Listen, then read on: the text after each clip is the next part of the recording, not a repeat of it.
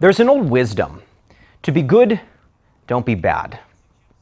It suggests that within each of us, the seeds of good action are already sown, merely lost in a sea of bad habits. To allow our inherent goodness to emerge, we must diligently weed out the actions that stifle its growth. This will be the focus of today's lecture: reducing workhorse words. Workhorse words are common and vague words that are overworked to the point of exhaustion in our speech. Here's a familiar graph we covered earlier in this program. Once again, the horizontal axis plots how common to uncommon a word is. The vertical axis, how vague to precise a word is. Workhorse words fall within this radius.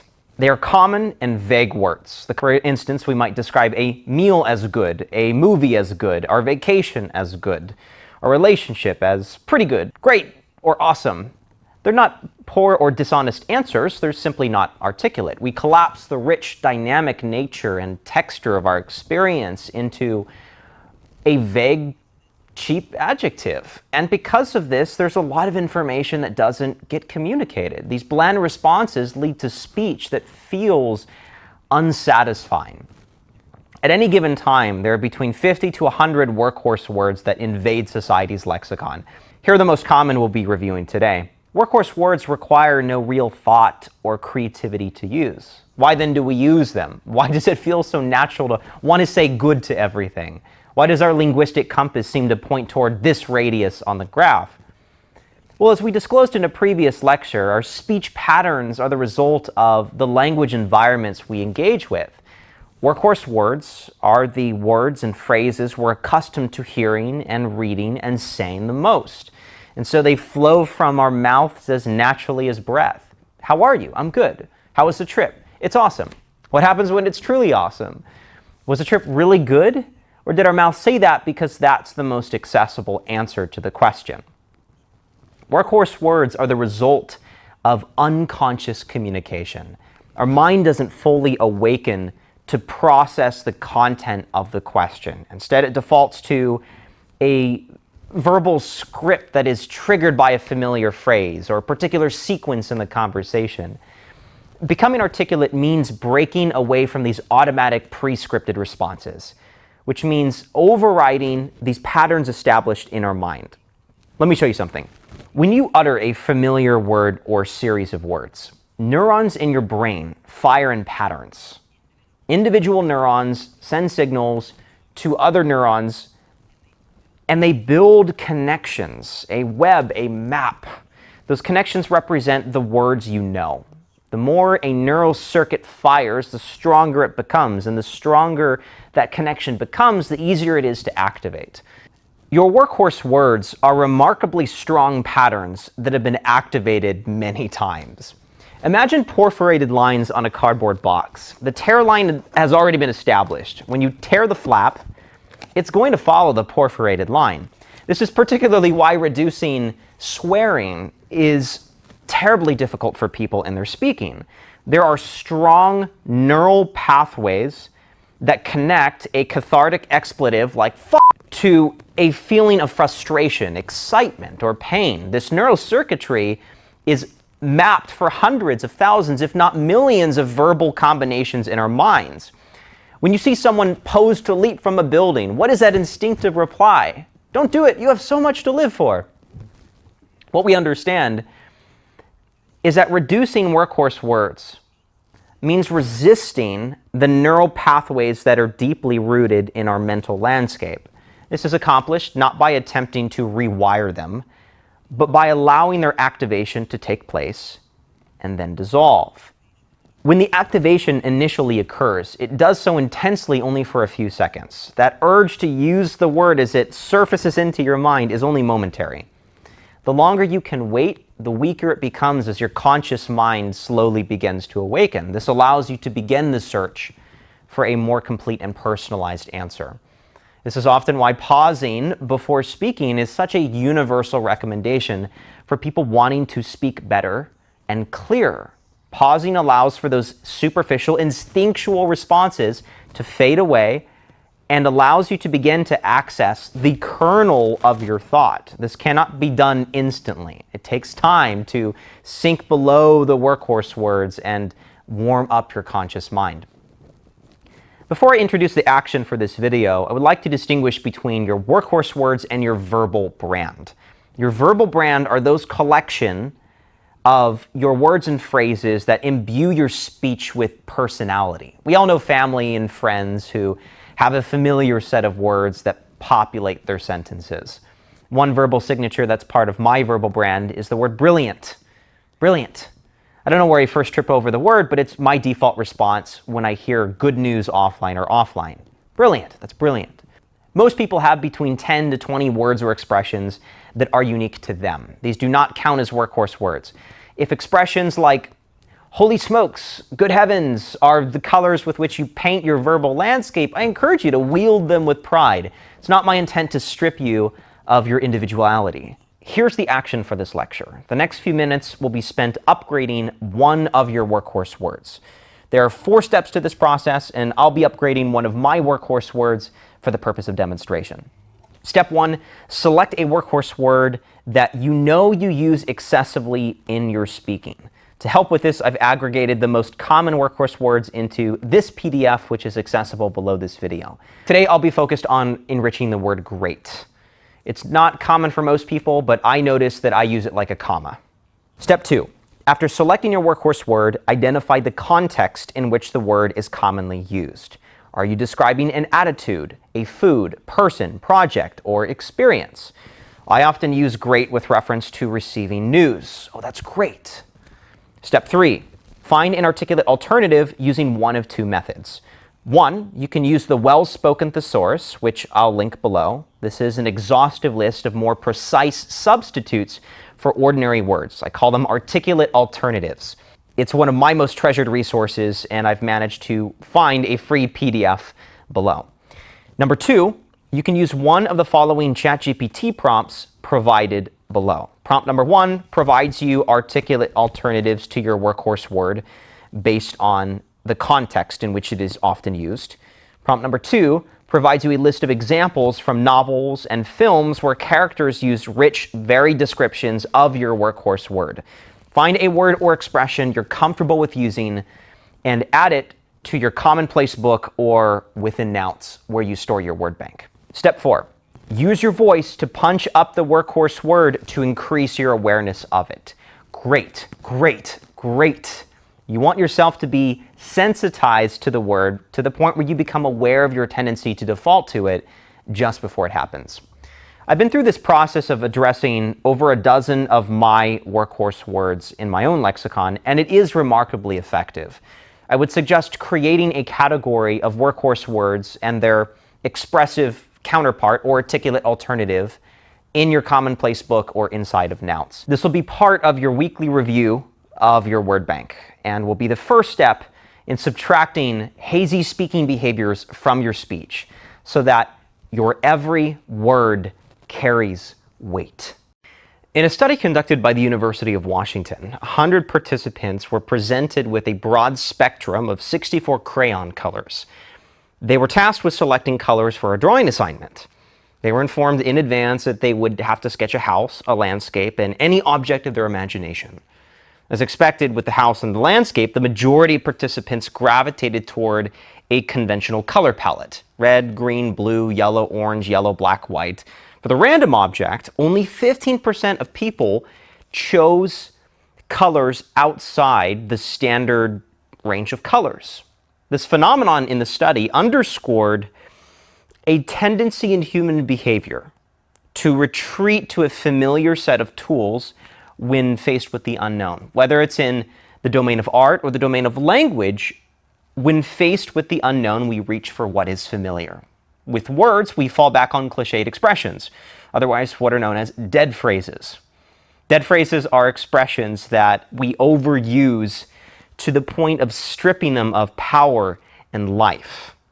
Popular dead phrases include pursue that avenue, Achilles' heel, secret sauce, to say the least, ins and outs, spill the beans, at the end of the day, in all likelihood, needless to say, touch base, wow factor, deep dive, move the needle, elephant in the room, low-hanging fruit, go the extra mile, take it with a grain of salt, huge fan. The full list is provided below this video.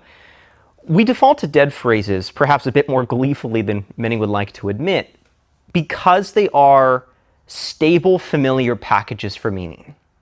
Deep dive, move the needle, low-hanging fruit.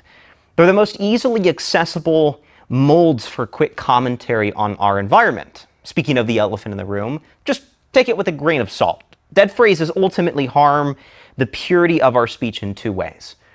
One, an overused phrase betrays a lack of original thought. It's easy to measure someone's verbal agility by how many popular phrases they use in their casual speech. And secondly, dead phrases slip us into a state of mental anesthesia where our words are chosen without conscious thought. It's similar to how one might mindlessly repeat refrains in a church or greet the store cashier. Hi, how are you? I'm doing well, thank you. Our tongues are stuck on familiar tracks and our mind thinks familiar thoughts. Noises come up from our larynx, but our mind is not as involved as if we were selecting the words consciously. Think about how often you might be relaying information that you're unsure of the accuracy of, and you hedge it with a dead phrase like, take this with a grain of salt. Take it with a grain of salt. Yes, take it with a grain of salt. Take it with a grain of salt. So take it with a grain of salt, but Your brain is recognizing a familiar situation and instinctively maps it with a dead phrase. This is called the dead phrase reflex. It's the most automatic reflexive habit that activates when we encounter a familiar social event.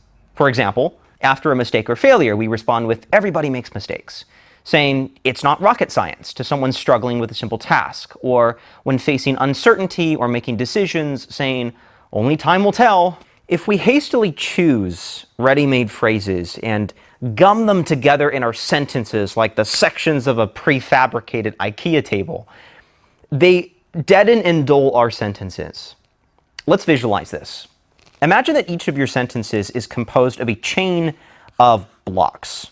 Each block represents a word or phrase. These blocks are filled with varying levels of intensity based on how conscious we are when we choose our words. When we consider our words and make a choice, that block is saturated and vivid. When we don't afford thought to our word choice or default to a dead phrase, we create a dull, colorless block. Ultimately, we want to learn to engineer fresh and homemade sentences that excavate the richness and texture of our thought. And that is lost when we use a dead phrase. Before we proceed to the action item for this lecture, I want to stress that the objective is not to eliminate dead phrases. They are a form of social shorthand, allowing us to contribute to conversations without investing significant effort or emotional risk. If all of our speech was bright like sunshine, this world would be such a desolate place. We need balance. We need rain to give our language meaning. The author Warren Hargraves had this to say about dead phrases. No speaker can or should avoid cliches altogether, all the time, any more than a cook should strive to serve completely novel and unfamiliar dishes at every meal. That would be a needless burden on the cook and an unrewarding experience for the diner. We all look for some degree of familiarity and pattern in our experience, and this applies equally to our experience of speaking. The judicious speaker will take the reader or listener on a journey that is grounded in familiarity, but that leads to areas unknown and unexplored. On this road, familiar landmarks provide confidence for the travelers, but too many familiar landmarks quickly suggest that no one is going anywhere. Thus, cliché-ridden language is off-putting to readers and listeners because it very quickly gives the impression that there is nothing to be learned from it, that the speaker is simply rehearsing something that has been heard or read before, giving expression to things already well known rather than to things never before revealed.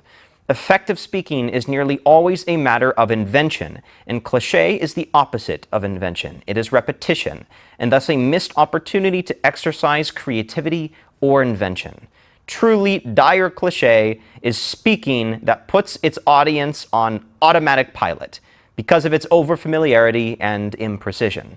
It suggests to its audience that nothing is being said that merits attention. We can begin to reduce our reliance upon dead phrases by first reviewing the outworn expressions we overuse. That's why the action item for this lecture is to complete the dead phrase worksheet below. I've created a repository of the most common dead phrases in circulation. I suggest reading through this list and checking any dead phrase that you're too acquainted with using. As you work down the list, pause after each relevant dead phrase and think about how you might reinterpret the expression using your own words. Get your mind straining, groaning as you break those lifeless word blocks into vivid components. The objective is to explore your understanding of what these phrases mean so that you can become more conscious of your words. We only have so many words to speak in our short time on this earth. None of us should want to choose the same set of verbal crayons as everyone else. A sentence grows fuller when you strip away empty words. This is one of the chief rules of articulacy that you will internalize in this lecture. As much as we think that intelligent and articulate speech is the result of an inflated vocabulary, you can make more meaningful progress by subtracting fat and fluff from your sentences. I'm not talking about vulgarity or expletives. I'm referring to a very specific type of speech infestation called empty language. When every word has purpose, your sentence has weight. When it has weight, it is considered carefully. People notice when empty language is not present. Your sentences and ideas, simple as though they may be, feel intentional, thought out, and complete. There are 4 types of empty language that are deeply woven into the fabric of our sentences: intensifiers, qualifiers, fillers, and operators. There's also an empty language index provided below this video that classifies all types of empty language. The first type of empty language are intensifiers. Intensifiers are words that intensify details in our sentences. These include words and phrases like kind of, sort of, actually, really, basically, virtually, totally, literally, honestly, just, super, pretty much. I'm pretty much just thinking about quitting my job, honestly. The peace talks were honestly just kind of a symbolic gesture, virtually achieving nothing. Her courage in speaking out was honestly super inspiring, literally changing minds and attitudes. We resort to intensifiers because we are under the false impression that more words equals more emphasis. It's not enough to simply say an event was fantastic. It has to be extremely fantastic. The English actor Stephen Fry called intensifiers cheap word noise because they clutter our sentences and betray the uniqueness of our words.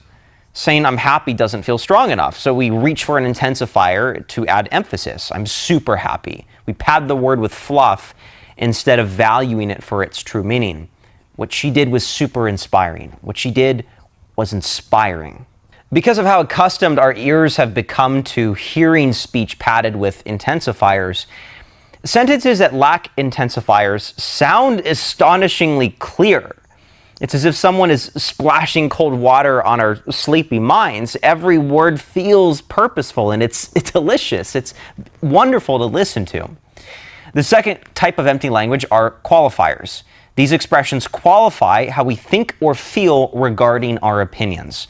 These include phrases such as, you know what I mean? I'm just saying, to be honest, it's just that. I just want to say like, right? You know, I feel like, that's just my opinion, and others. It's not that qualifiers suggest poor grammar or that they're considered a cardinal sin of language. It's that they whittle away confidence in clarity. So it's like handing someone a glass of water but putting a drop of food dye in it because you're concerned clear water isn't enough. Qualifiers are an attempt to caveat our opinion because either we fully don't believe in what we're saying, or because we fear displeasing someone with our words. This lack of conviction and avoidance of mild confrontation has led to a communication crisis in society, where people bob and weave around committing to any opinion. That's just my opinion.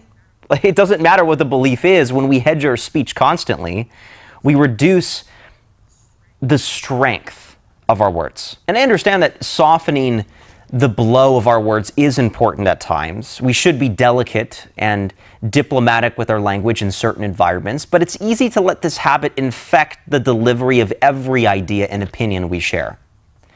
And that creates communication that feels unstable and hazy. The third type of empty language are fillers. Fillers are the classic words that our mouth fills every empty space with. The big four are like, and so. I think that's right. I don't know. I think it's like 10 p.m. by now. So, yeah, I think that's what we should do. Fillers creep into our speech unconsciously, and they occur when we're not fully conscious of our word choice. There's a reason why no great quote or aphorism contains fillers. Did you hear that quote from Gandalf? So do all who live to see such times, but that is not for them to decide. All we have to do is decide what to do with the time that is given to us. It's absurd. A sentence is often considered to possess an air of wisdom when it lacks the obvious verbal imperfections. And even in the fringe cases where it may contain fillers, we instinctively strip them from the sentence when we relay it to another person. We naturally understand filler words to be distracting and discardable. This invites the question, why then do we use fillers like a comma in our speech? Well, we don't want awkward silence. That might be the first observation. It's also of consideration that when we're pursuing fresh thoughts and raw ideas, we are charting unknown territory in our minds, and we don't allocate a lot of brain power towards moderating our speech. We're attempting to find our opinion, not present it articulately.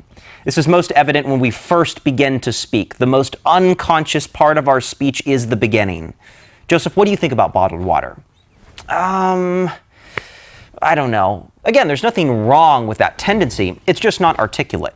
The great communicators understand that those first few words are where we are warming up our conscious mind. And while that is happening, our mouth reaches for the most accessible sounds, which happen to be fillers. The fourth type of empty language are operators. Operators are phrases that we use where single words can work.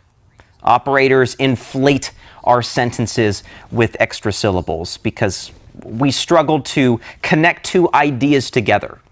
These phrases include when it comes to, with respect to, having regard to, the fact that, in view of, in terms of. We should start talking with people in terms of finding a solution. You should think about practicing when it comes to parking. We get the idea across, but it's roughly worded. This is because we have two ideas that we can't bridge, or too many ideas than a single sentence can contain. So we might say, this idea in terms of the other idea, in terms of this general idea. George Orwell called operators a packet of aspirins always at one's elbow, used when we feel mildly uncomfortable with our words. When we feel uncomfortable, we escape that discomfort by popping an operator. Operators, they slip us into the habit of using more words than necessary. Operators slip us into the habit of using more words than necessary in terms of speaking well. That second example provides more detail, but at the cost of sounding less potent and clear. It's as if you're saying, here are a few powerful points, but in relation to this larger point, but in context to this greater point. This habit blunts the impact of your words. Those are the four types of empty language: intensifiers, qualifiers, fillers, and operators. Before I introduce the action item for this lecture, I want to clarify that none of these form factors of empty language are verbal termites that you must exterminate from every sentence. If you analyze everything that I have said, you will for certain find that I have again and again committed the very faults that I'm protesting against. While it is our aim to speak in clean and lean sentences, we have to recognize that genuine, heartfelt communication can be stifled when we filter it excessively. There are emotions that surface in messy and muddled speech that often can't be articulated well when we're in a sober and selective state of mind. Thinking too much about your words and scrutinizing your every sentence will suffocate your ability to communicate authentically. So my suggestion is not to remove every instance of empty language, otherwise you're left with a very lifeless and stale style of communication. But we can make an effort to reduce empty language because we all use it, including myself, far too much. I spent a year combing through half the internet trying to find a solution for reducing fillers and other forms of empty language. And the common remedies you hear are pausing, slapping yourself every word, over-egging your fillers, so you're aware when they rear their ugly heads. I've been able to develop an allergy to empty language as a result of two simple solutions: conscious moderation of my sentences and using the silent period. What does conscious moderation mean? Well, in our previous lecture on Workhorse Words, we discussed the tendency to say things in a reduced state of consciousness. When we memorize a soundbite, sing a song, or recite poetry, our mind is focused on regurgitating words. This is a form of mental anesthesia that slips us into unconscious communication. Empty language lives and breathes in this state of mind. The solution is to cultivate conscious communication. In simple terms, stay alert regarding your word choice. This requires effort and energy, and it can be mentally taxing. And I want to prepare you. You're going to experience moments where you're engaged in conversation and will ask yourself, why am I doing this? You'll look around and observe everyone speaking in an unfiltered fashion, completely ignorant to the effort you're bringing to your speech, and you will feel frustrated. You will be tempted to indulge in excessive empty language, but I'm here to encourage you in this battle and inform you that the effects of conscious communication only take 10 to 15 days before empty language begins to feel foreign. That's the timeline I want you to be aware of. It does not take long to reset the way that you package your ideas. The first step is to keep conscious communication at the forefront of your mind. The second step, which will make conscious communication easier, is the silent period. This consists of placing a mental period after each sentence. Say it aloud in your mind, period. It gives you that second of time needed to dissolve the temptation to use a filler at the beginning of your sentence. And it's a reminder to you that you're composing your speech with intention. I found it helpful to calibrate the mental period with some physical action. For me, it's often the blinking of my eyes at the end of each sentence. I also would often press my index finger against my thigh or my thumb if my hand was under the table or I wasn't using it for gesturing. It gives the period a real presence, and it establishes an official end to your sentence. When you hear yourself speak in complete sentences, it's easy to thread that momentum forward into future sentences as you sew your idea and thought together. The action item for this lecture is to review the empty language index linked below this video. Read aloud the intensifiers, qualifiers, fillers, and operators with the intent of identifying these weeds in your language garden. I've also created a mobile version of this resource that you're welcome to put on your phone lock screen as a reminder throughout the next few days that you are reducing empty language.